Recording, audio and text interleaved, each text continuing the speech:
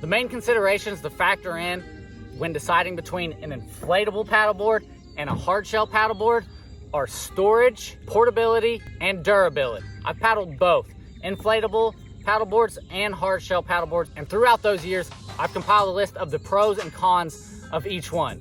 And you can use this list to help you decide which one is gonna fit your needs the best. So let's get into it. We're gonna start with the pros and cons of an inflatable kayak. First, the pros. Generally, they're easier to store and transport. So if you have a little car or you don't have very much room for storage, then typically an inflatable kayak is gonna be best. In my experience, I've also kind of found them to be a little bit more stable and have a little bit more maximum capacity. I also love just how lightweight they are.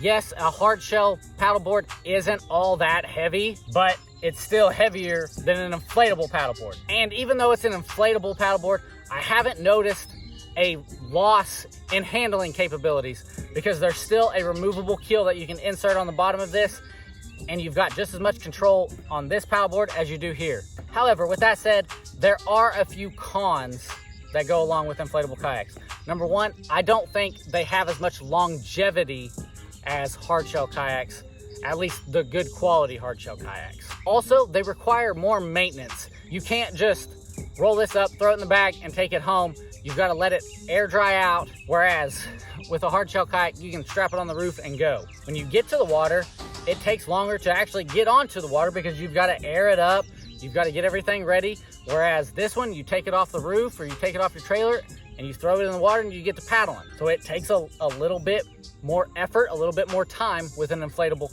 paddleboard. Another downside is that inflatable paddleboards aren't actually that much cheaper, and sometimes they're even more expensive, especially when you want to get the higher quality ones like this Isle Switch Pro. So to recap, an inflatable paddleboard is perfect for someone who doesn't have the room to transport a hardshell paddleboard or the storage area, or you're just looking for a little bit lighter craft but still has enough maximum capacity and provides great stability and handling. Now let's move on to the pros and cons of a hardshell kayak.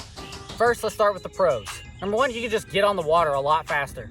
Like I said, take it off the roof, throw it in the water, get to paddling. They also come in a wide range of prices, so you can find the price range that's well within your budget.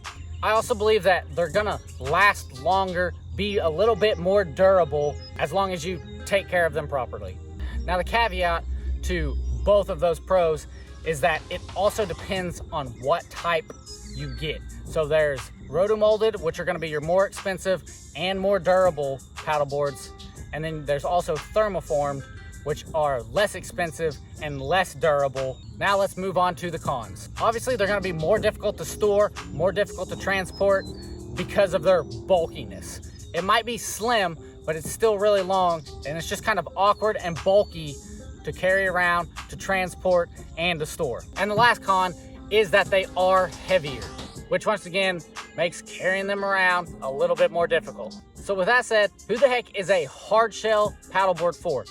I think if you have the storage capabilities and the transport capabilities to haul a hardshell kayak, it's gonna be the better option in terms of longevity. That's if you buy a nice high quality paddleboard. Now, if you're looking for a cheaper option, a hardshell kayak might be the way to go as well because of the wide price range. But just remember, you're not gonna get the quality out of the cheaper options. If you're considering getting a budget-friendly hardshell paddleboard, go ahead and check out this review video I did on the Lifetime Horizon 100, which is this paddleboard right here. But if you're considering getting a high quality inflatable paddleboard, I highly recommend checking out this video right here on the inflatable Isle Switch Pro Kayak Paddleboard Hybrid.